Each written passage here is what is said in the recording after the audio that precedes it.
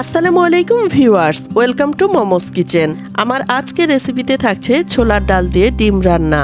এই খাবারের স্বাদটা হয় অতুলনীয়, কোনো প্রকার কাটার ঝামেলা ছাড়াই খাওয়া যায়, তাই ছোট বড় সবাই ভীষণ পছন্দ করে খান। রান্নাটা খুবই সহজ, তাই যে কেউ তৈরি করে নিতে পারেন।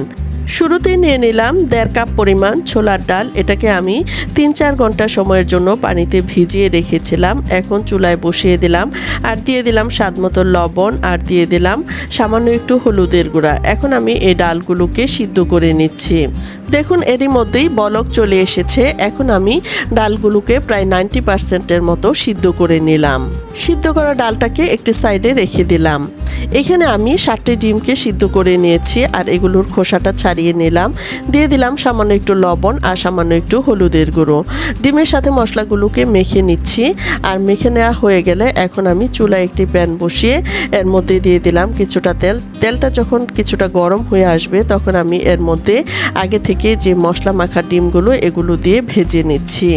ডিমগুলো কিছুটা লালচে রঙের করে ভেজে নিতে হবে। ডিমগুলো যখন পছন্দ মতো ভেজে নেওয়া হয়ে গেছে তখন আমি ডিমগুলোকে তুলে নিলাম। এখানে বেশ কিছুটা তেল রয়েছে আর এর মধ্যে দিয়ে দিলাম 2টো এলাচ আর দিয়ে দিলাম 2 টুকরা দারুচিনি, 2 টুকরা তেজপাতা আর 2টো শুকনো মরিচ। এগুলোকে কিছুক্ষণ ভেজে নিয়ে এখন আমি এর মধ্যে দিয়ে দিলাম বড় সাইজের 2টো পেঁয়াজ কুচি।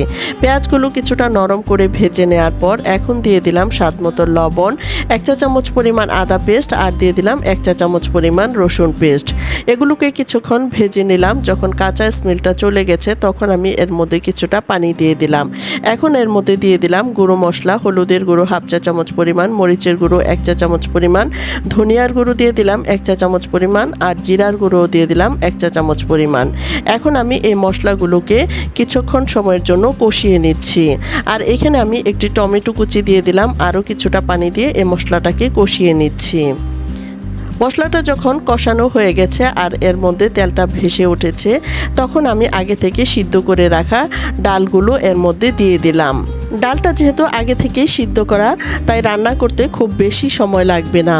এখন আমি মশলার সাথে ডালটাকে মিশিয়ে নিলাম আর কিছুক্ষণ সময়ের জন্য রান্না করে নিলাম।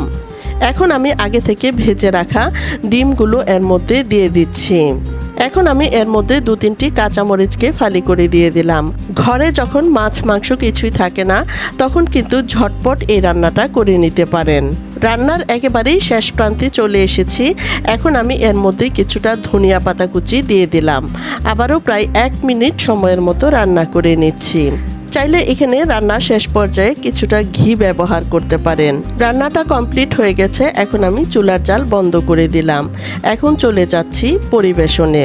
ছোলার ডাল দিয়ে ডিম রান্না খুবই সহজ এবং মুখরোচক একটি খাবার। আর দেখে নিশ্চয়ই বোঝা যাচ্ছে এটা কতটা লোভনীয় হয়েছে। আশা করছি আমার আজকের এই ভিডিওটি আপনাদের অনেক বেশি ভালো লেগেছে। আজ এ পর্যন্তই। আল্লাহ হাফেজ।